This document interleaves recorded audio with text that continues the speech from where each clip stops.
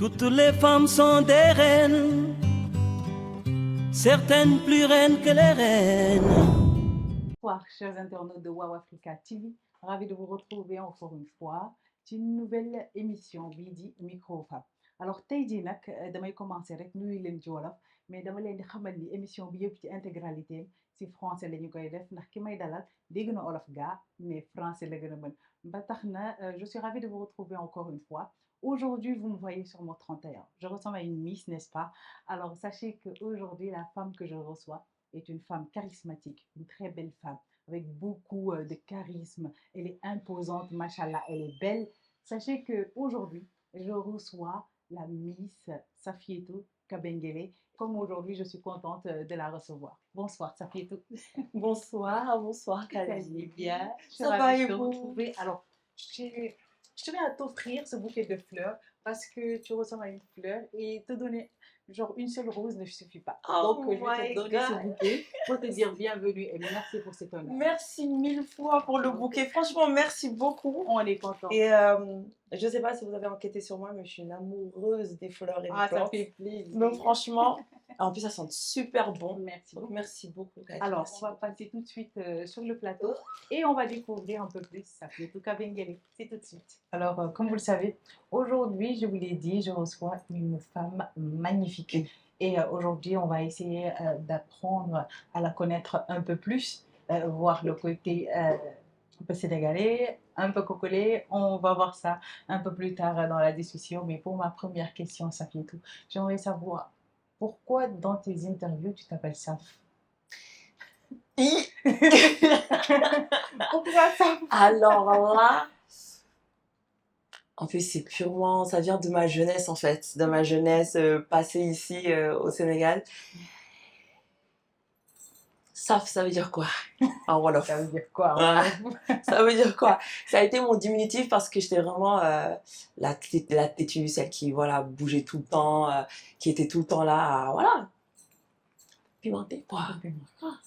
Après, il y en a beaucoup qui ont tourné ça d'une autre manière en disant que oui, elle est très belle, Saf, elle est juste, voilà, physiquement, elle est juste très belle, mais j'ai gardé ça par rapport à mon enfance, je dirais. Donc j'ai préféré, oui, Saf, c'est plus court et puis ça me représente vraiment, on va dire. Oui, effectivement, et ça n'a pas changé jusqu'à maintenant. Donc, je vais rester sur ton enfance et j'aimerais savoir aujourd'hui, si tu avais un mot qui puisse définir ton enfance, quel mot allais-tu choisir et pourquoi? Quel mot pour définir mon enfance? Je dirais unique. Une enfance unique, atypique. Je considère qu'on a tous un parcours qui est unique, vraiment. Qu'on passe de famille en famille, il n'y aura personne qui aura le même parcours que nous, la même famille que nous. Et personnellement, je considère que mon histoire est unique et mon enfance en fait partie de cette unicité. Effectivement. Alors, je reste toujours dans ceci. On voit aujourd'hui une femme imposante, une femme qui a confiance en elle. Est-ce que depuis toujours tu as été cette femme ou bien tu étais du genre un peu timide ou un peu rebelle étant adolescente? Alors, vous avez répondu à la question. J'étais clairement ce type de femme-là à l'époque. Après, voilà, je dirais que c'est un process. Aujourd'hui, je suis cette femme affirmée, imposante, comme on peut le dire, tout simplement parce que j'ai décidé de l'être. Je l'ai travaillé sur des années. J'ai eu des expériences qui m'ont poussée à m'affirmer et qui m'ont obligée à avoir confiance en moi. Sinon, j'allais me perdre dans cette société qui me bouffait petit à petit. Donc, c'est tout simplement le cycle de ma vie. J'ai eu certaines périodes de ma vie qui m'ont permis de me révéler, de me découvrir et surtout d'en apprendre beaucoup plus sur moi. Donc, je dirais que ce self-confidence que j'ai vient tout simplement de ces hauts et bas, surtout les bas que j'ai traversés dans ma vie. Mais sinon, avant, oui, j'étais un peu la rebelle. En plus, j'étais garçon manqué. J'étais un petit peu dans mon coin parce que j'arrivais pas à m'intégrer. Voilà, pendant une certaine période de ma vie, j'avais mon petit groupe d'amis et c'était eux et personne d'autre qui étaient issus du coup de la diaspora du monde entier, on va dire entre guillemets. Et en grandissant dans l'adolescence, c'est vrai qu'on se sent rejeté. Oui. Quand on n'appartient pas à ce groupe d'appartenance stylé, à la mode, avec toutes les dernières fringues, avec voilà, un style bien propre à, voilà, à la société actuelle. Et de par ma taille et surtout, je dirais, mon profil, j'ai été, on va dire, plus ou moins harcelée, dans le sens où, euh, à la fin des années collège, j'étais la fille la plus grande, même pas la fille, la personne la plus grande du collège. Au lycée, pareil. Donc, les garçons s'amusaient à me considérer un peu comme leur maître. Vous voyez, les fils qu'on utilise pour mesurer un peu les personnes. Voilà, j'étais considérée comme un maître dans le sens où, à chaque retour de vacances, on me prenait comme un objet, quoi. On se mettait à côté de moi, on disait, ah bah tiens, j'ai grandi, ah bah tiens, j'ai pris une tête, ah bah tiens, regarde. Et voilà, on m'appelait la girafe. J'avais tout le temps des pantalons sautés parce qu'à l'époque, il n'y avait pas d'enseigne qui était spécialisée dans les tôles. C'était que des affaires standards. Et j'avais pas encore trouvé mon identité. Franchement, en soi, le côté rebelle vient de cet agacement, en fait, de ne pas réussir à trouver ma place. Et voilà, je suis passée par tout plein d'épreuves dans ma vie. Et aujourd'hui, je suis celle que je suis aujourd'hui. Et alhamdulillah, c'est la seule chose que je peux dire. Machallah. Alors, on voit que vous avez parlé des hauts et plus des bas. Aujourd'hui, qu'est-ce qui vous a tiré plus vers le haut quand vous étiez vraiment au plus bas? Est-ce votre éducation, Mon l'aspect éducation. familial? Ouais, mon éducation et ma maman. Je dirais que ma maman, qui est aujourd'hui voilà, ma best friend, beaucoup pensent que c'est ma sœur, mais c'est bien ma maman. Hein, c'est bien elle. Voilà, elle est toute fraîche, elle est toute dynamique, elle est comme moi. C'est vrai qu'on a les mêmes mimiques. Et à travers rien que ma personne, on peut justement voir l'éducation qu'elle m'a inculquée. Et il est vrai que de par sa présence, je suis qui je suis aujourd'hui. Elle m'a éduquée à être une femme forte parce qu'elle m'a montré qu'elle était une lionne. Elle m'a montré que j'étais issue d'une famille de guerriers. Et elle m'a toujours inculqué ça. Même si au départ, voilà, j'étais tout le temps petite pleurnicharde qui faisait un petit peu des caprices parce que elle avait pas ci, elle avait pas ça, elle comprenait pas pourquoi elle était pas intégrée. Mais elle était vraiment dans le n'envie personne. C'est pour ça que même là, actuellement, qui suis dans le monde du showbiz, avant même d'y entrer, je n'arrivais pas à être impressionnée par les célébrités. Je n'arrivais pas à envier les personnes qui avaient réussi. Je les admirais parce que je me demandais comment ils avaient fait, plutôt que juste être fanatique et m'en arrêter là. Donc c'est vrai que grâce à son éducation, bah, j'ai pu grandir dans une certaine bulle et une certaine atmosphère dans laquelle j'ai été conditionnée à me battre chaque jour que Dieu fait, tout le temps. Et je pense que grâce à ça, j'ai développé un mental d'acier. Mais ce mental-là est un peu contrebalancé par un trait de caractère que j'ai qui est l'hypersensibilité. Je suis hypersensible et c'est un trait de caractère que j'ai découvert il y a quelques années même. Parce que je ne comprenais pas certains comportements que j'avais, les émotions que je n'arrivais pas à maîtriser. Et c'est vrai qu'elle a fait partie aussi de cette compréhension. Avant, je le reniais totalement. Elle me disait toujours, Safietou, fais attention, ça va te faire mal. Safietou, tu es comme si tu es quelqu'un de sensible. Et c'est vrai que pendant l'adolescence, quand on dit qu'on est sensible, on entend faible. Quand on entend hypersensible, on entend fragile. Et ça, c'est des choses qu'on ne peut pas accepter étant jeune parce qu'on veut prouver qu'on est fort, qu'on est leader, qu'on est ci, qu'on est ça. Et moi, je ne l'acceptais pas. Ah, même comme disait Safietou, tu es une dépendante affective. Fais attention, tes amis, tu as toujours besoin d'eux pour te sentir bien. Arrête. Et je disais, non, moi, je suis une leader, tu vas voir, je vais te montrer. Et au fur et à mesure du temps, de déception en déception, j'ai compris que ce qui me faisait le plus mal, c'était la trahison, c'était le manque de respect, c'était toutes ces choses-là, en fait, que je n'arrivais pas à assimiler immédiatement et qui me blessaient, mais fois 1000, par rapport à une personne, voilà, on va dire lambda, on va dire entre guillemets. Donc oui, c'est un petit peu cette balance-là que j'ai et qui fait que je suis la personne que je suis aujourd'hui. Alors, parlons toujours d'éducation.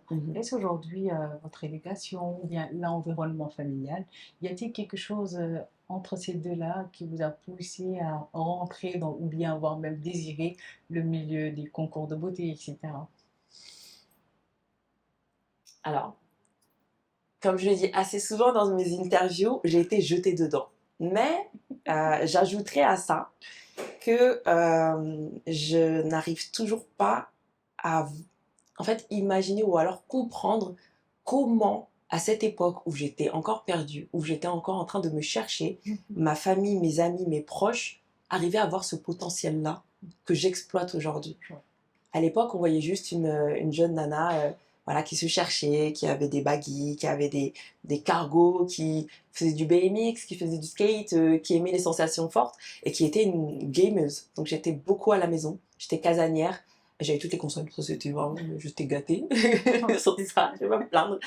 Et bah, avec tout ça, je me dis, j'ai perdu le fil de ce que j'ai dit là. Je dis c'est quoi la question? C'est quoi la Je question? pense que tellement tu étais casanière que, à force de raconter ça, tu t'es remis dans Oui, ça. en fait, je me suis remise dans le cadre un petit peu là. Je me suis. Aujourd'hui, le cadre familial par rapport à toi, qu'est-ce qui t'a poussé? Ah, voilà, c'était ça la question. Oui. Excusez-moi. J'étais très vite là, ça m'a. Oh. Voilà, une époque un peu qui me rend nostalgique. Nostalgique. Mais c'est vrai que voilà, encore une fois, j'arrive pas en fait à déceler le truc qu'ils ont vu chez moi. Parce que maintenant, j'ai énormément de recul sur moi. Ouais. J'ai énormément de recul sur mon parcours, sur la personne que j'ai été, la personne que je suis maintenant. Et je me dis, mais comment moi, je vois une nana comme moi à l'époque, je la regarde, je me dis, ouais, tu fais comme les autres. Donc, c'est vraiment grâce à eux que je me suis lancée parce qu'ils forçaient. On va le dire, ils forçaient. Ils me forçaient à mettre un pied dedans juste pour voir. J'étais un peu leur cobaye. Donc, je me suis prêtée au jeu et ça a commencé par Miss Sénégal France. Après, j'ai été mannequin. Après, j'ai été en freelance, etc. J'ai fait quelques Fashion Week et je suis rentrée vraiment dans le monde des concours de beauté à partir de Miss Normandie, qui est un concours régional pour Miss France. Et là, tout a commencé. Ouais. Et je me suis redécouverte dans ce monde-là que je ne connaissais pas du tout, que je ne regardais même pas et que je ne... Comment dirais-je? Qui ne m'attirait même pas. Je ne me retrouvais pas dedans.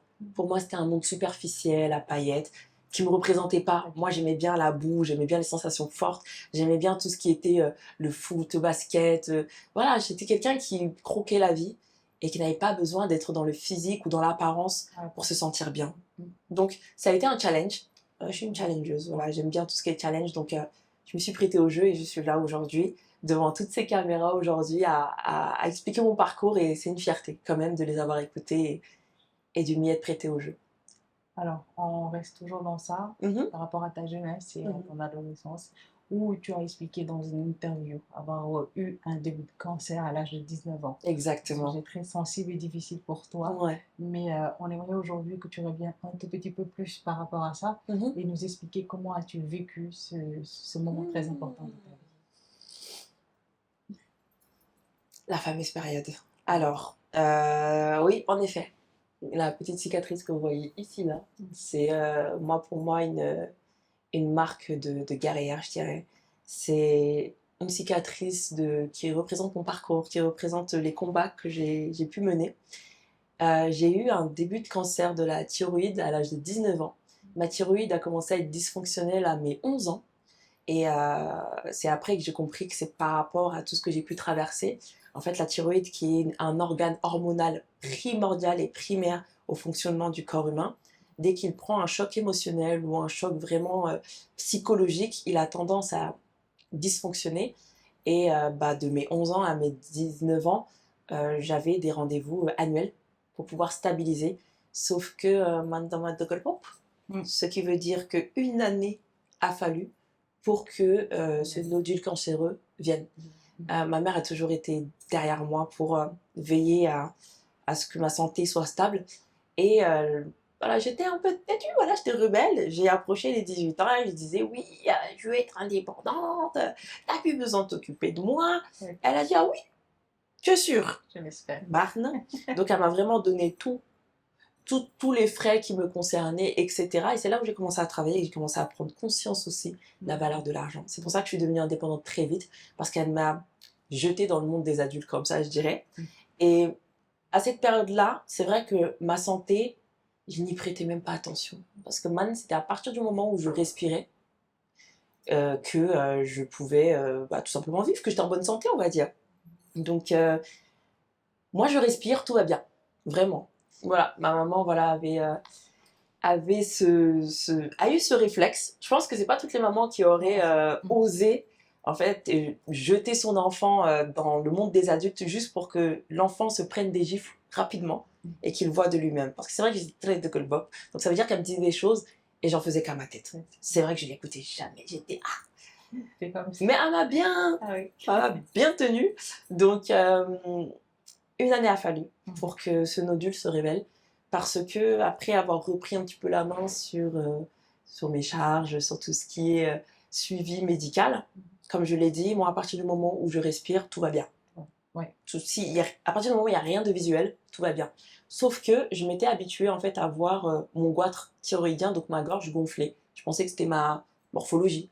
J'avais une grosse boule en fait ici, qui prenait toute cette place-là et ça représentait 36 nodules. 36 petits nodules comme ça, qui avaient gonflé et en fait qui étaient en train d'étouffer mon goitre thyroïdien. Et c'est après avoir fait les analyses, parce que je faisais des malaises, j'avais des sauts d'humeur, je m'endormais comme ça en classe, mais c'est pas parce que j'étais fatiguée ou parce que je dormais pas ou parce que il y a des moments où j'avais juste mon cerveau qui se mettait en mode veille et je m'endormais. Même si le prof était devant moi, je m'endormais. Pareil, j'avais, comment dirais-je, des sauts d'humeur. Je comprenais pas pourquoi des fois je pleurais, j'avais des crises de colère. Pour moi, c'était encore une fois, j'avais un mauvais caractère. J'étais vraiment... Je me voilais la face. Pour moi, tout allait bien. C'était juste, voilà, on m'accepte comme je suis. Voilà, je suis comme ça et puis basta. Donc ce nodule s'est révélé et on a dû m'opérer d'urgence directement. Ça a été 1 ou 2 mois après, le temps qu'on fasse tous les diagnostics. Et ils ont décidé de m'enlever totalement l'organe. Ce qui veut dire que la cicatrice que vous voyez ici, il n'y a plus du tout de thyroïde. Je vis sous médicaments et je vais vivre sous médicaments jusqu'à la fin de ma vie. Et c'est l'un de mes combats. C'est l'un de mes combats dans le sens où c'est, on va dire, un handicap invisible qui est très, très, très minimisé et négligé parce que les gens se disent « Oh, c'est juste hormonal ». Alors qu'à partir du moment où les hormones sont touchées, le corps est touché. La régulation du corps est touchée. Les émotions sont touchées. La psychologie, vraiment tout ce qui est psychologique est impacté. Même au niveau de la santé. Ça peut être nos défenses immunitaires. Ça peut être le stress, la gestion du stress. Parfois, les hormones vont être... On va être en hyperthyroïdie, en hypo. Si on est en hyper, les hormones vont peut-être s'agiter. On va être tout le temps stressé, tendu. On va avoir on va être tendu de partout en fait. C'est des conséquences qui sont très gênantes sur le long terme et même à court terme. Et au quotidien, c'est extrêmement fatigant. Et quand on essaye d'expliquer aux gens, on nous répond tout simplement, oh, surtout aux femmes, et c'est une maladie qui est assez féminine, on va dire entre guillemets, on nous dit tout simplement, c'est vos hormones, c'est vos règles, c'est tout. Ça va passer. C'est rien. Alors que nous, c'est quotidiennement, en fait. Surtout si on n'est pas rigoureuse sur les médicaments. Mais là, alhamdoulilah, tout va bien. C'est vrai qu'après cette opération-là, la stabilisation était tellement dure. Oh, malheureusement, ma maman en a pris plein le visage. Elle est juste là, c'est pour ça qu'elle la regarde. Mais elle en a pris plein le visage dans le sens où elle-même, elle réapprenait à me connaître. Elle réapprenait à savoir qui est sa fille parce que j'étais encore plus sensible. Déjà que j'étais hyper sensible, mais avec cet événement-là et cette opération, c'était décuplé. Donc il y avait même des fois, rien qu'avec le bruit, qui pouvait être trop fort, les larmes coulaient. Je pouvais pleurer, mais en sanglots. On me criait dessus, ou alors on haussait le ton sur moi, je criais en sanglots, enfin je pleurais en sanglots. Pareil, il y avait un petit truc qui me vexait, je pétais les plombs pendant au moins plusieurs heures. Et c'est plein de trucs comme ça qui, au quotidien, voilà, nous rendent exécrables. Et c'est juste que voilà, notre taux hormonal n'est pas ajusté. Et ça a duré pendant au moins 1 an. Parce que je suis de Goldbop encore une fois, et je disais oui, j'ai pas besoin de médicaments pour vivre. Et il y a une période, là, après mon opération, où j'ai voulu faire un test. Oui, parce que mon corps, du coup... c'est un petit peu voilà, mon laboratoire. Je voulais apprendre à connaître cet handicap que j'avais maintenant. Et en fait, quand on disait ce petit truc rikiki contrôle ma vie, pour moi, c'était impossible. Sachant que je suis une personne qui a toujours grandi avec une médecine naturelle. Ouais. Donc, gingembre, citron, miel, Ouais. voilà. Ail. C'est le mélange de maman. Moi, mélange de maman. Et je vivais très bien comme ça. C'est vrai qu'on n'était pas sous Doliprane ou sous truc, vraiment que quand on était malade. Donc, quand on passe de ça, vraiment traitement naturel, jusqu'à jeune adulte, et on se retrouve à prendre des médicaments tous les matins, on se dit non, c'est pas possible, c'est une blague. Donc, j'ai fait un test. Pendant 1 mois, j'ai arrêté les médicaments. Ça m'a loupé. C'est-à-dire que pendant 1 mois, j'ai boycotté le médicament. Alors, entre dépression, entre pleurs tout le temps, entre malaise, entre perte de poids, je grossissais, j'avais de la boulimie à un moment donné, je mangeais tout et n'importe quoi, vraiment. Je m'acharnais sur tout le monde, je m'énervais sur tout le monde. J'étais dépressif. Je voulais plus rien faire. J'avais même des pensées suicidaires, vraiment, par moments. Et je comprenais pas pourquoi. Et c'est après que je me suis dit, ça peut pas être ça. Ben, en fait, si. Parce qu'on est parti, elle m'a oublié quand je l'ai annoncé à ma maman. J'ai dit oui, bah, parce qu'elle me dit à un moment donné, qu'est-ce que t'as? T'es en train de me taper sur le système, qu'est-ce que tu as? Et je lui dis, ouais, ça fait 3 semaines que j'ai pas pris mon médicament. Mais j'étais vraiment dans mon lit tout le temps. J'avais une période de boulimie, vraiment, c'était tout. Tout était mélangé. À un moment donné, elle me dit, va voir ton médecin parce que urgence, c'est pas normal. C'est pas normal. Et là, le médecin, docteur Lenoble, elle m'a dit une phrase. Une seule. Et même après ça, j'ai été têtue encore pendant des années. Mais elle m'a dit une phrase. Elle m'a dit, Safietou, tu es en train de te tuer à petit feu quand tu fais ça. Tu es en train de grignoter ton corps doucement. En gros, tu mènes ton corps vers la mort. C'est-à-dire que tu ne donnes pas ce qu'il faut à ton corps. Déjà qu'il y a un organe qui manque. Et toi, la seule chose qui le remplace, tu le boycottes. Si tu continues, bah, la suite arrivera. Même si elle arrivera lentement, elle arrivera. Et là, à partir de ce moment-là, j'ai décidé d'être assidue. Et c'est vrai que ma vie a été beaucoup mieux, mais vraiment beaucoup mieux, dans le sens où, au niveau de mon caractère, ou alors de mes émotions, c'était beaucoup plus stable. Je pleurais plus pour rien. Et même tout ça, c'est un travail, en fait, au final. Mais avant tout, c'était le médicament et la stabilité. Parce que, à cause de ça aussi, si je n'étais pas rigoureuse, j'avais des chances de ne jamais avoir d'enfant. Ouais. Donc, ça m'a mis un petit peu des gifles. Et ça va, aujourd'hui, je vais bien. Je suis obligée parce que je suis très active. Donc, je ne peux pas me permettre d'avoir des sauts d'humeur ou quoi au caisse. Sachant que je suis dans le monde du showbiz, donc je rencontre énormément de personnes. Et je ne peux pas me permettre d'être là à faire des caprices ou quoi au caisse. Donc voilà. Alors, effectivement, c'est une bonne chose de vous entendre expliquer ça en détail. Oui, c'est la première fois que j'explique en détail d'ailleurs. Et voilà, je profite à chaque fois de chaque interview pour donner un petit peu plus de détails. Mais c'est vrai que ce sujet-là, même sur les réseaux sociaux, on me dit tout le temps, parle-en, on n'en parle pas assez. On nous met de côté, parle-en que les gens comprennent. Donc voilà, c'est le moment, je l'ai choisi et j'espère que... En espérant qu'elles ont toutes bien entendu aujourd'hui ton discours. Tout à l'heure, tu as parlé beaucoup de famille. Beaucoup de ta maman qui t'a soutenue. Je t'ai demandé tout à l'heure comment toi tu l'as ressenti, mais par rapport à ta famille, comment eux ils ont vécu cette situation? Bah, très inquiet. Très inquiet dans le sens où ma maman me lâchait plus. Vraiment, elle me lâchait plus. Pareil, mon papa pareil. Mon petit frère, même lui, il était aux petits soins avec moi. Il me voyait ça, que mes petits frères en soi, ils sont... Voilà, ils sont un peu dans leur coin, ils font un peu les hommes, du coin, etc. Mais quand leur sœur est malade, oui, ils sont là. Vraiment, ils sont là. Ils sont là et voilà, ils prennent soin de moi. Mohamed surtout, qui... Même, ne serait-ce que les petites attentions pour me donner le sourire, parce que pendant une longue période, surtout pas cette période-là, j'avais perdu le sourire, je pleurais tout le temps.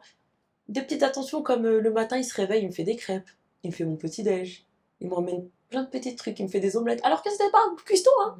Il était jeune en plus à l'époque. Il me faisait des omelettes, des crêpes, il venait me voir, il me disait ça va, tu veux rien, et il partait. Pourtant, mon petit frère, on a 4 ans d'écart. Donc, le voir comme ça me donnait tellement du baume au cœur. Et je voyais qu'il était inquiet. Je voyais qu'il était inquiet de voir sa soeur comme ça. Ma maman, pareil. Je sais que ça l'impactait plutôt. Et c'est une personne, en fait, qui ne montre jamais ses émotions quand on est dans une période très instable. C'est-à-dire que ce sera la femme forte qui va pas montrer une once de fragilité émotionnelle.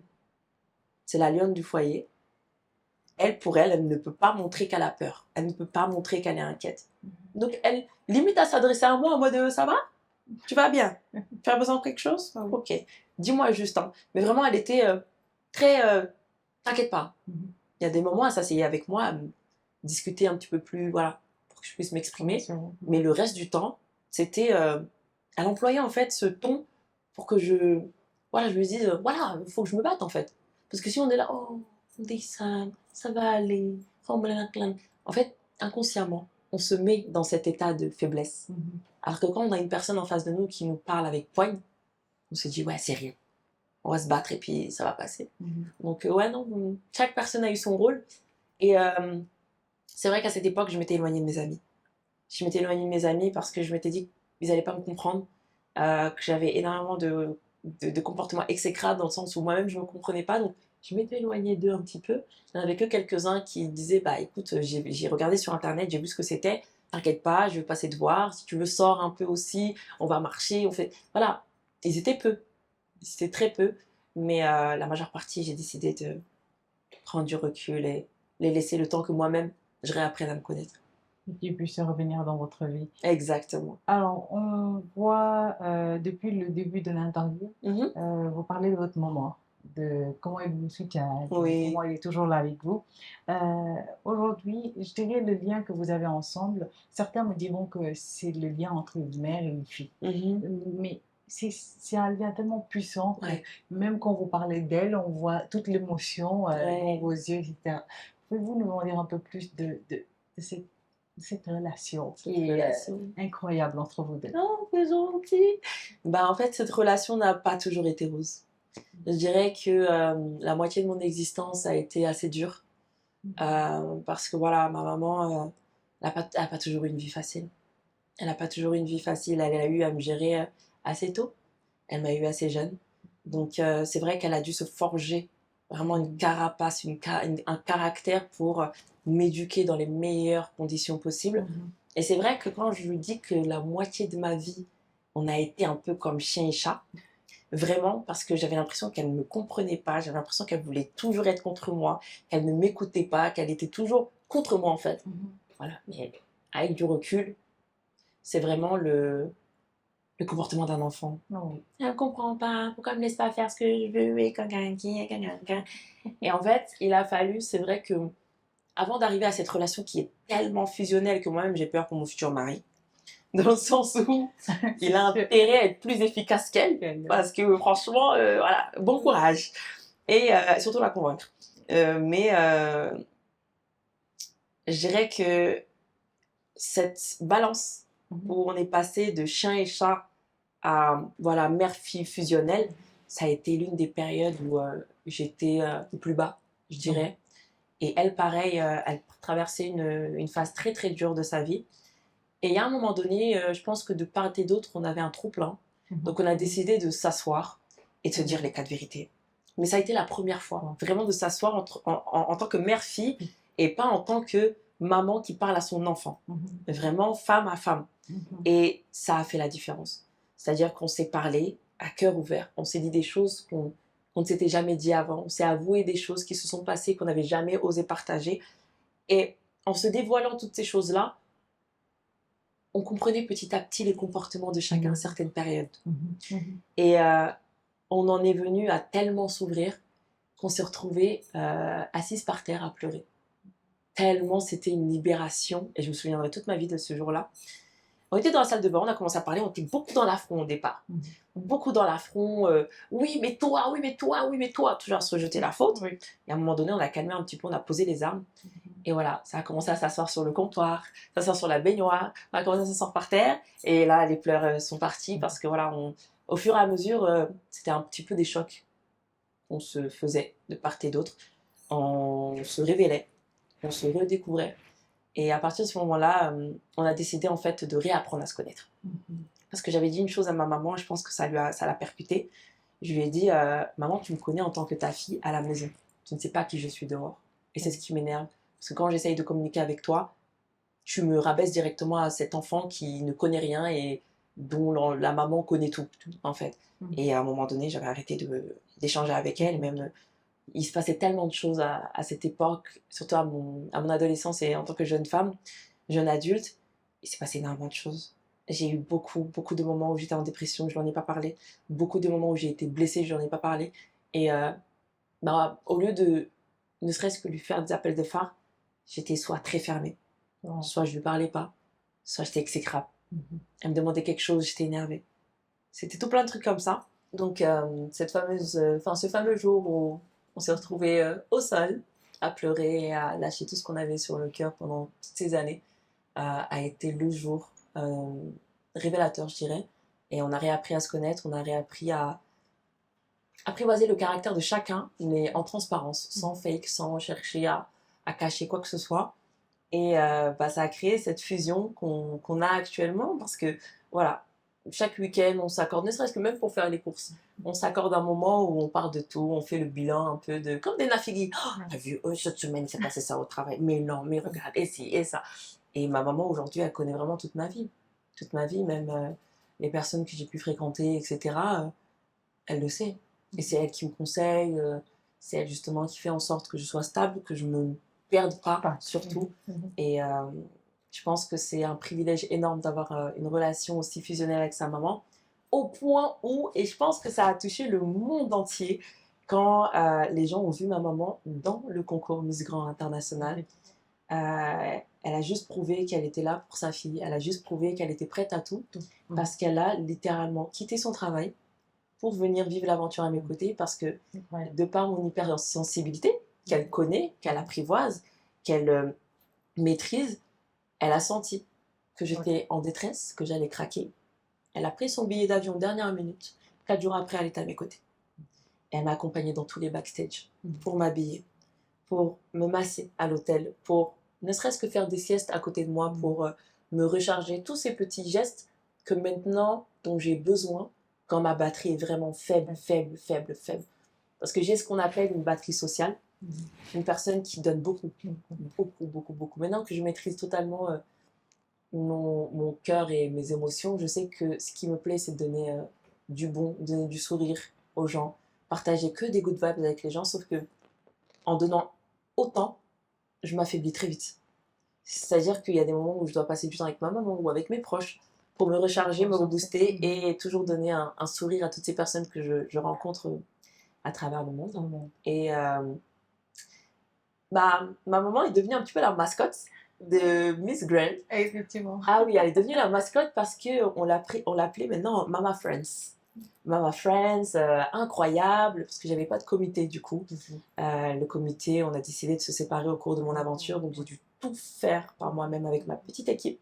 Et on a pu décrocher cette fameuse place avec tout ce qui s'est passé à l'intérieur. Et ma maman a été vraiment le mentor, la présence physique qui a représenté toute une équipe qui était restée en France. Et ça a été ma plus belle présence, je dirais, parce que la différence entre la partie de l'aventure, elle n'était pas là. Pourtant, hein, j'ai vu ma best life. Vraiment, on voyait partout dans tous les contenus. Voilà, j'étais là, je faisais amuser la galerie et j'étais toujours souriante. Mais c'est vrai que le soir, on a juste envie de parler à quelqu'un qu'on connaît, à serrer quelqu'un dans les bras qu'on connaît. On est en colocation. Donc en fait, même le soir, tu ne peux pas être seul. Tu ne peux pas te ressourcer. Tu es avec ta roommate qui est là, qui elle aussi a sa famille qui lui manque, qui elle aussi a ses frustrations. Tu dois essayer de jauger, ne pas être la roommate désagréable qui veut tout couper, laisse-moi tranquille et va te coucher.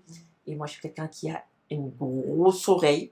Ça veut dire que je vois juste ton expression faciale qui est triste. Même si je suis fatiguée, même si j'ai dormi 2 heures, je vais m'asseoir avec toi, je vais t'accorder le temps qui me reste pour que tu puisses te vider. Donc, le fait qu'à mon tour, après avoir énormément donné à toutes ces femmes, que ma maman vienne et qu'à mon tour, je puisse enfin pouvoir m'ouvrir, dire « Ouais, je suis fatiguée, maman, je sais pas, j'y crois pas trop. Et puis, il y a ça, et puis il y a ci qui se passe, et puis regarde les autres, et puis regarde moi. » Je commence à perdre confiance en moi, totalement. Elle m'a rattrapée par le callback, clairement. Et là, elle m'a dit une phrase qui résonne encore. C'était le jour de la finale. Après, avant même la perruque, j'étais mais dévastée. Je voyais les filles avec toutes leurs équipes, maquilleurs, coiffeurs, les habilleurs. Ils avaient des équipes entre 5 et des dizaines. Moi, j'étais seule. Avec ta maman. Et avec ma maman. Oui. Ma maman qui connaît rien au monde des Miss. Donc ça veut dire qu'elle était vraiment là avec son anglais cassé, mais elle faisait tout. Elle a été l'élément qui m'a amené le plus loin dans cette aventure. Je me coiffais toute seule. Et aussi. Oui, Quand même, il faut. Hein. Oui, il faut dire. Et à the end of the day, c'est vrai que quand je regardais tout le monde, toutes les autres filles, je me disais, au final, elles ont plus de stress autour d'elles qu'autre chose. Moi, j'avais là mon havre de paix qui était à mes côtés et qui était juste là, à mon service. Et elle était contente, même si elle encaissait beaucoup. Ah, elle encaissait beaucoup. J'étais dure. Mais c'est vrai que, voilà, encore une fois, j'essayais de gérer un maximum mes émotions, ça faisait beaucoup. Et puis on a fait le boulot. Et là, un boulot et qui a fait le tour du monde. Absolument. Un peu partout. Donc, on va parler de ça. Mais tout d'abord, félicitations. Merci beaucoup. Pour ces titres de Miss Grand France et de troisième dauphine pour Miss Grand International. Ouais. Donc, aujourd'hui, même, on peut dire entre guillemets que je suis vraiment désolée pour la Miss Grand International. Quand on t'a appelé dans ces deux événements, que ce soit Miss Grand France ou à l'international, qu'as-tu ressenti quand tu as entendu ton nom? Ma réaction a été... Il y a les vidéos qui tournent, hein, j'ai envie de dire. On peut les voir.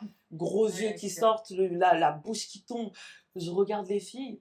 En fait, je sais pas pourquoi, le premier réflexe a été de chercher quelqu'un du regard, histoire de dire qu'est-ce qui se passe. Et je regardais les filles après. Histoire de dire, attends, c'est moi, on a appelé.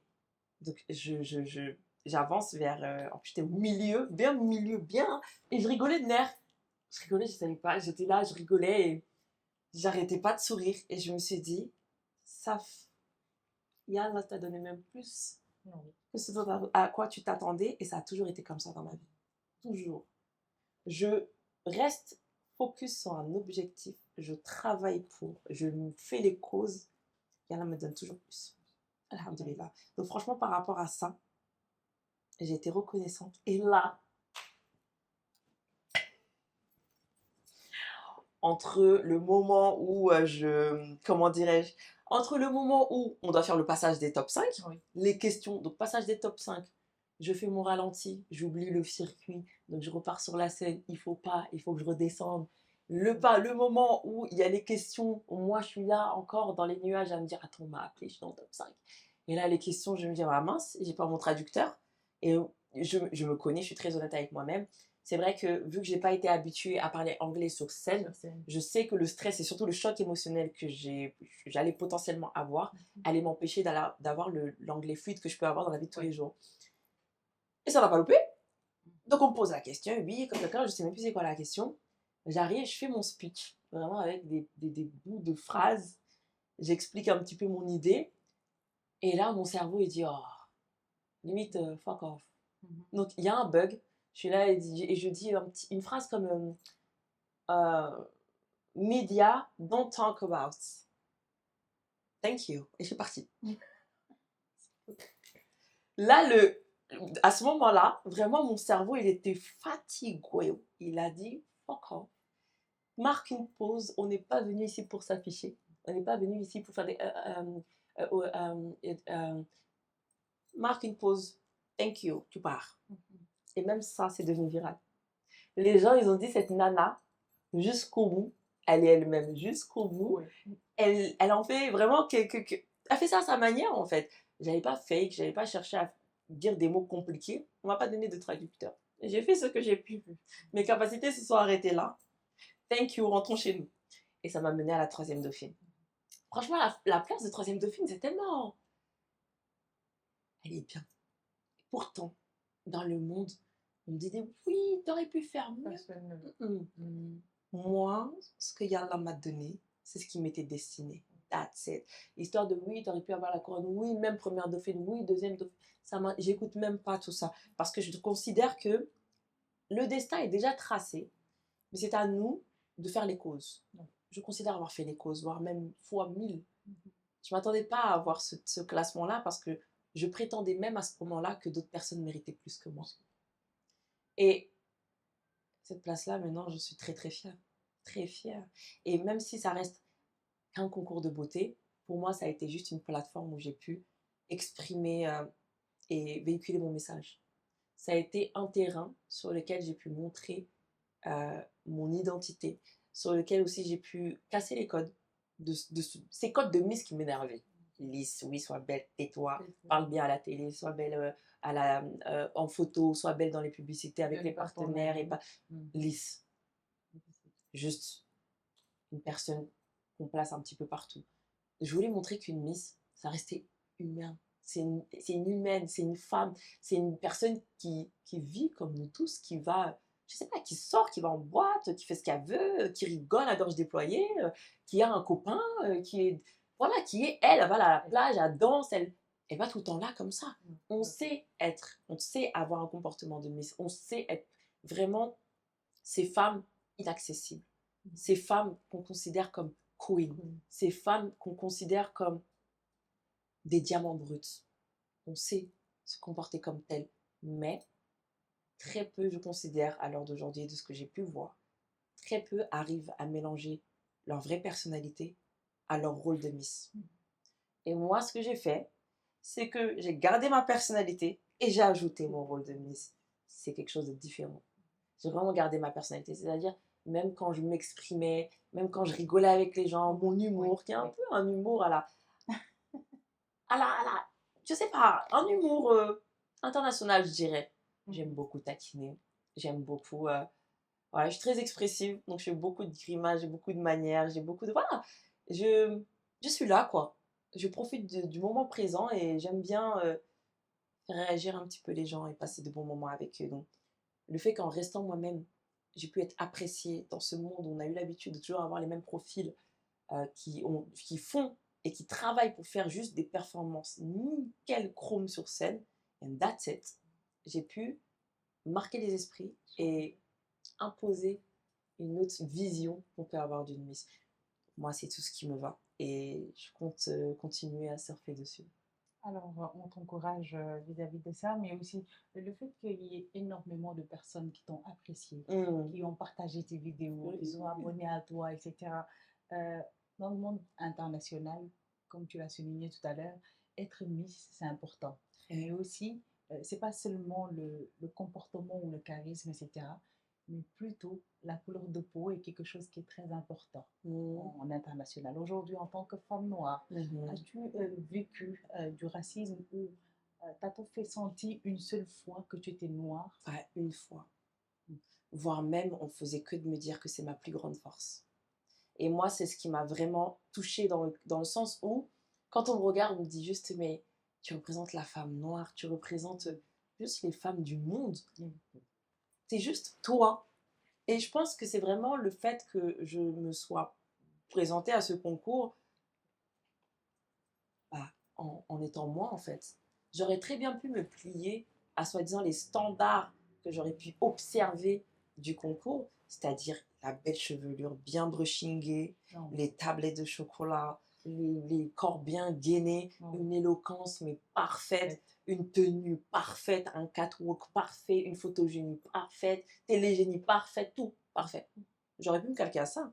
Ah, moi, je suis partie à l'aide de mes connaissances. Alors, en tant que femme noire dans le concours, c'est vrai que pour moi, ça a été une force. On me l'a souvent répété, on m'a dit, voilà, certes, j'étais une femme noire, mais de par ma personnalité et surtout mon profil qui était atypique, je représentais bien plus que ça. Je ne pouvais pas être catégorisée que en tant que femme africaine, sachant que je représente la France. Donc, c'est déjà, voilà, c'est déjà quelque chose qui est inhabituel.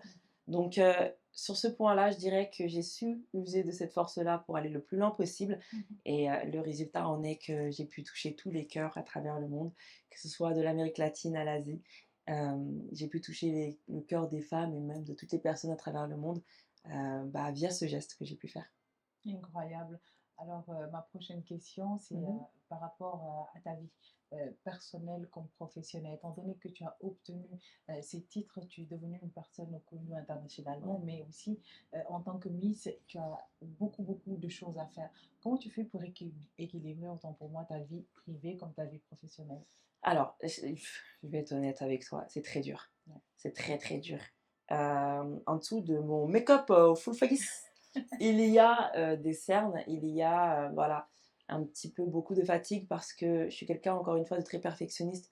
Donc, je veux être et sur les réseaux sociaux et honorer mes rendez-vous et si, et faire des projets, travailler avec des designers et promouvoir le maximum de personnes. Et je dors pas beaucoup. Mhm. Sachant que pour le moment, je continue à travailler dans l'entreprise dans laquelle je travaille, donc au laboratoire. Et bah, en fait, entre mon télétravail, le monde des Miss, le monde sur les réseaux sociaux, ma vie personnelle, si on n'a pas la tête sur les épaules ou ne serait-ce qu'un certain recul, on s'y perd très vite. Mais c'est des sacrifices, c'est voilà, parfois de la frustration, mais c'est toujours pour de la bonne cause. Et pour le moment, je dirais que grâce à mon équipe, donc Angela, Maëva, Shiraz, qui m'accompagnent tous les jours, je peux souffler quand même parce que les choses avancent. Tout ce que l'on fait, ça nous mène à quelque part. On ne fait pas ça de façon hasardeuse, on a un objectif. Et c'est la raison pour laquelle, franchement, pour le moment, je n'ai pas du tout à me plaindre. Alhamdulillah, bien au contraire. Alors, en parlant de Miss, de ta vie professionnelle et personnelle, là, on parle que de la Miss Safid. Mhm. Mais hormis ça, tu es une femme engagée. Mhm. Engagée dans une association que tu as mentionné être dedans avec ta maman, qui est l'association APECH. À pêche, Voilà, absolument. donc c'est une association et j'aimerais que tu nous en parles un peu plus, que tu nous expliques ses missions, les projets que cette association a. Alors, APECH, le nom a été choisi tout simplement pour définir l'aide aux parents d'enfants en situation de handicap. Donc, cette association est vraiment axée sur les parents pour les accompagner à travers voilà, l'éducation de leur enfant. Parce qu'il est vrai que lorsqu'on accouche d'un enfant handicapé, on n'a pas forcément connaissance de l'handicap. On le découvre parfois à la naissance. Il se développe parfois sur les premières années. Et en tant que parent, on est voué à faire plus de sacrifices, mais surtout à faire face à des démarches administratives qu'on ne pensait jamais faire. À penser à, oh, ok, mon enfant, est-ce qu'il va pouvoir bien s'intégrer dans la société?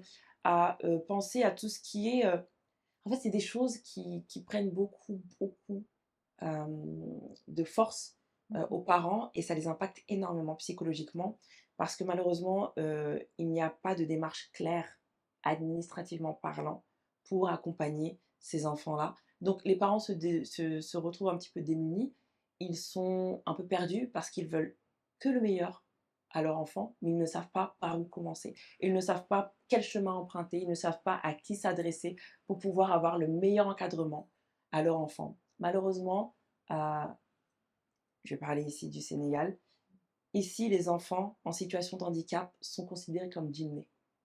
Ça c'est quelque chose malheureusement qu'il faut qu'on arrête. Ce n'est pas parce que malheureusement un enfant est atteint d'handicap qu'il est forcément djinné. Et ce n'est pas parce qu'il est atteint d'un handicap qu'il ne peut pas s'intégrer plus tard. Il suffit de l'accompagner, il suffit de tout simplement croire en lui et de lui offrir les opportunités qu'il mérite. Et pas tout simplement dire, bon bah, on va l'éduquer et puis advienne que il y a le barna. Non. Cet enfant mérite aussi d'avoir une vie normale, comme tous. Il mérite aussi d'être intégré. Et tout ça, ça passe par qui? Les parents. C'est la raison pour laquelle on a décidé de monter cette association avec ma maman, parce que mon petit frère aussi est différent. Et on est passé par tellement de phases pour qu'aujourd'hui, il soit l'homme fier, affirmé et indépendant qu'il est aujourd'hui. Il a son permis, il travaille, il gère son argent. Et pourtant, avant, on n'aurait jamais pu penser qu'il soit capable de faire tout ça. Mais juste parce qu'on l'a accompagné, juste parce que ma mère, elle est plus de Greboc que moi, on a secoué ciel et terre pour que mon frère ait l'accompagnement, l'éducation qu'il mérite. Et aujourd'hui, même si il y a encore quelques détails, parce qu'on est perfectionniste, il y a encore quelques détails à travailler, mon petit frère, il peut s'en aller dans la société, tout seul. Et ça, on veut offrir cette chance-là à tous les parents qui souhaitent du coup nous joindre dans cette association. L'association est encore en développement. On est à la recherche de partenaires, on est à la recherche de sponsors, que ce soit en France, que ce soit au Sénégal, que ce soit au Congo. En tout cas, on cherche vraiment des personnes prêtes à investir dans notre association et à accompagner ses parents. Parce que les enfants, il y a des structures pour les enfants. Il y a des centres d'éducation spécialisés pour les enfants. Mais les parents dans tout ça, on les oublie très souvent, Beaucoup. alors que c'est les piliers Beaucoup. des enfants. Donc, à travers APECH, on espère pouvoir accompagner un maximum de parents. Et je fais un appel directement à la caméra à toutes les personnes qui souhaitent investir dans cette association, toutes les personnes qui souhaitent nous accompagner dans le développement de ce projet. Vous pouvez nous contacter directement sur mon Instagram ou alors sur le compte Instagram APECH. Et ensemble, on pourra faire de très belles choses. Donc voilà. Donc, magnifique Merci. par rapport à cette association, ce qui vous permettra d'ailleurs, vous qui êtes en train de nous regarder, de mieux connaître ce que c'est cette maladie de l'autisme, parce qu'il y a énormément d'enfants ici au Sénégal qui souffrent de l'autisme, mais les parents ne savent pas réellement ce que c'est, et à savoir aussi que l'autisme a plusieurs étapes. Exactement. Il y en a qui sont moyens, il y en a qui sont Plus beaucoup sévères. plus sévères, etc. Mais ça n'encadre pas seulement les enfants autistes. Nous, on est beaucoup plus qualifiés parce qu'on a été amenés à éduquer un enfant qui a été atteint de cet handicap. Mais aujourd'hui, on le voit, on ne peut même pas deviner qu'il l'a été. Et pourtant, il l'est toujours. Mais, masha'Allah, alhamdulillah, on encadre vraiment tout type d'handicap, que ce soit physique, que ce soit mental, que ce soit psychique. On essaye vraiment d'encadrer un maximum. On n'exclut pas les handicaps, on les englobe. On est vraiment axé sur les parents. Quel que soit l'handicap de leur enfant, c'est le parent. C'est le parent, c'est accompagner le parent dans l'éducation de leur enfant. Donc, sur ça, on espère vraiment pouvoir développer quelque chose de grand. Donc, invitons tous les parents à aller faire un tour sur les réseaux sociaux et mieux connaître l'association qui est là pour les aider, les accompagner. Alors, une autre question pour moi, et je vais englobaliser l'association et aussi les concours de beauté. Pour les jeunes filles aujourd'hui qui sont ici en Afrique, à qui il y a l'harcèlement, autant pour moi ici en Afrique, mais qu'on banalise beaucoup, qui sont harcelés par rapport à leur taille, la couleur de leur peau, etc. Qu'est-ce que tu peux leur dire pour les encourager à participer à ces concours de beauté, mais aussi ces enfants qui veulent participer et donner leur aide pour créer des associations, parce qu'il y en a énormément au Sénégal, mais des conseils pour les accompagner. Alors, je vais m'adresser directement à la caméra, à vous toutes, vraiment, à vous toutes jeunes femmes qui souhaitez vous développer, que ce soit dans le monde des Miss, que ce soit à l'école, que ce soit dans le domaine professionnel, que ce soit dans votre carrière. S'il y a bien une chose que je souhaite vous transmettre et vous dire, c'est soyez audacieuses. Vous êtes des femmes fortes. À partir du moment où vous êtes en accord avec vos idées, à partir du moment où vous êtes battante, motivée et que vous êtes prête à vous imposer dans n'importe quel domaine, que ce soit associatif, professionnel ou même personnel, allez-y. Maintenant, je suis ici pour vous conseiller, vous inspirer. Je cherche à être votre source d'inspiration.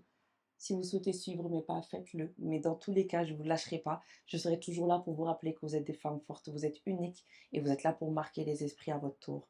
Et s'il y a bien aussi un petit truc que je pourrais ajouter, je ne sais pas quand est-ce que vous allez poster du coup ce podcast-là, mais c'est une petite surprise que j'ai dit en exclusivité.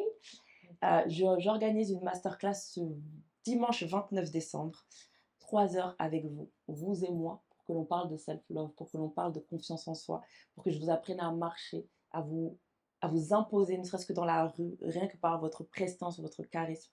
J'ai organisé cette masterclass, la toute première que je fais ici au Sénégal. Alors si vous voulez vous inscrire, vous pouvez cliquer sur le lien dans ma bio, sur mon compte Instagram et vous joindre à moi. Après ça, je partirai, je reviendrai qu'en 2025. Alors si vous voulez commencer l'année 2025 en beauté, vous savez ce qu'il vous reste à faire. Donc moi-même, je vais m'inscrire. Je vais aller voir le lien sur la bio pour m'inscrire tout de suite. Avec plaisir.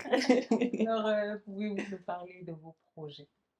Mes projets, j'en ai tellement. Je vais être assez droite.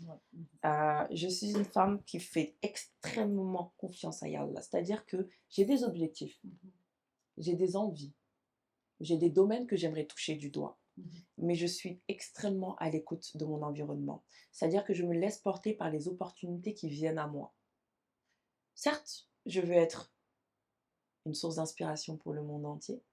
Je veux être une femme influente, je veux être actrice, je veux être présentatrice, je veux monter une entreprise, je veux créer plusieurs associations, je veux être dans l'humanitaire, je veux faire énormément de choses. Je ne suis pas une femme qui reste axée sur le physique, sur le superficiel, je veux être sur tous les terrains. Et je souhaite être ce qu'on appelle, dans ce que j'appelle moi, une femme hybride. Une femme qui peut être sur tous les terrains. C'est mon souhait. Par la grâce du Tout-Puissant, je le laisse tout simplement me porter là où il est mieux pour moi. Mais sinon, j'ai beaucoup de projets que je vais taire pour le moment et pour lesquels je vais continuer à bosser. Mais voilà, un petit clin d'œil pour tous ces domaines-là. Actrice, présentatrice, showbiz, tout ça, caritatif. Vous savez que je suis ouverte à tout. Et n'hésitez pas si vous avez des propositions. Et là, n'hésitez pas, en tant que présentatrice surtout. Alors, Tamit, ma toute Je dernière ne veux pas prendre ta question. place, yo, Tamit. Non, non. Tu es très on bien va quand même. partager. Alors, pour terminer cette émission, ma toute dernière question, dama la koy poser si wolof. Parce qu'il faut que nag tamit nag nga wax ñu polémique bi dafa bëri sur les réseaux sociaux. Ça fait tout. Sénégalaise, congolaise. Ah non, il y en a qui disent non, la beauté c'est une beauté sénégalaise, d'autres qui disent que non, tar bini, tar congolais. C'est comment? Faut nous expliquer.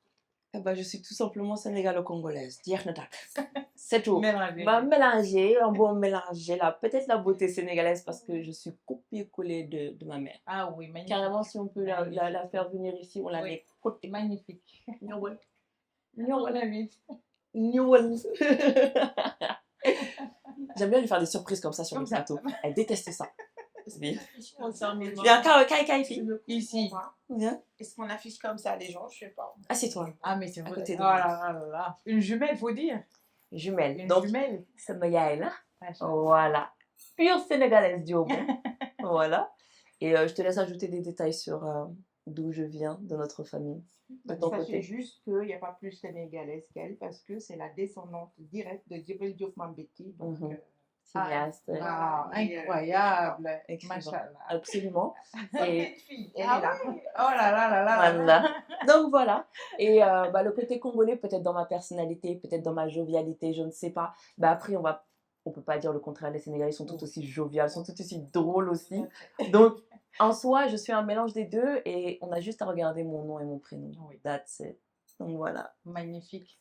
Alors, je te laisse dire au revoir. À un moment, tu peux rester avec nous, hein, tu vas obliger Avec de peu fuir. partir. Voyons. Kon ma bàyyi la nga tàggatoo ak ñi ñuy seetaan et surtout, moi, j'aimerais bien savoir la tenue. Moi, j'attends que ça. Xoolal may ma Oui. place. Kay jógal. Kay may ma place. Mu wane tenue bi. Ah suis là là. là. Faut Alors. que nous montre ça. Bien sûr. Magnifique. Nous avons ici, on va commencer par les accessoires. Les accessoires de chez Cortanassi. Donc nous avons une bague ici. Cortanassi officielle. Magnifique. Voilà. Créée par Seynabou. Voilà, Seynabou. Et la robe de chez Adama Awa. Elle m'a habillée là majoritairement pour les interviews que j'ai fait ici au Sénégal. Magnifique. Une robe en soie avec les petits froufrous. Very demure, very mindful. Jeex na tàkk. Ah oui, les boucles Les d'oreilles boucles, aussi. oui. Cortanassi. La coiffure. La coiffure, man. De moi-même. Voilà. Donc, je te laisse dire au revoir aux internautes de Wow Africa TV. Bah, alors, écoutez, en tout cas, merci beaucoup de m'avoir accueilli. Merci à toute l'équipe ici présente de nous avoir accueillis. Maintenant, c'est un honneur de pouvoir faire ce médiatour ici au Sénégal. Et s'il y a bien une chose que je souhaite dire à toutes ces personnes qui nous ont regardés, j'espère que ça vous a plu, que vous en avez su un petit peu plus sur moi. Voilà, dans chaque interview, il y a toujours des détails que j'ajoute et que je n'ai pas dit dans les précédentes. Donc, il y a toujours un inédit. Et j'espère que vous avez apprécié ça. En tout cas, je vous fais tout plein de bisous. Prenez soin de vous, s'il vous plaît, où que vous soyez et quoi que vous fassiez, marquez les esprits et soyez audacieux. Ça va vous mener très loin. Tout plein de bisous et prenez soin de vous. Soyez audacieux. Voici le message de la Miss Safietou Kabengele qu'on a eu l'honneur de recevoir aujourd'hui sur le plateau de l'émission Le Micro aux Femmes. J'ai été honorée de pouvoir discuter avec elle, de mieux la connaître et d'apprécier cette personne aussi humble et humaine que j'ai eue en face de moi. Merci beaucoup à toute l'équipe technique de Wow Africa TV qui était là. Je vais citer les noms. J'ai Papi que je remercie ici, je remercie Diaga et toutes les autres personnes qui sont ici. Monsieur Dia aussi, je remercie beaucoup. Je remercie Yara qui m'a beaucoup soutenue. Merci beaucoup à Sachine. Merci beaucoup à la maman de Safietou qui était là aujourd'hui et qui nous a beaucoup soutenus avec les vidéos et les petites photos à côté. Merci beaucoup à vous encore une fois de nous avoir suivis. Merci beaucoup à Balia Beauty pour cette magnifique perruque, même si j'aurais pu me raser la tête comme Safietou pour mieux Quand même. la recevoir. Non, on est toutes belles à notre À notre manière. manière. Donc, C'est le merci principal. beaucoup à vous tous et je vous donne rendez-vous très bientôt dans un autre numéro de Micro aux femmes avec une autre femme indépendante, gracieuse, mais aussi entrepreneuse. Prenez bien soin de vous. Au revoir.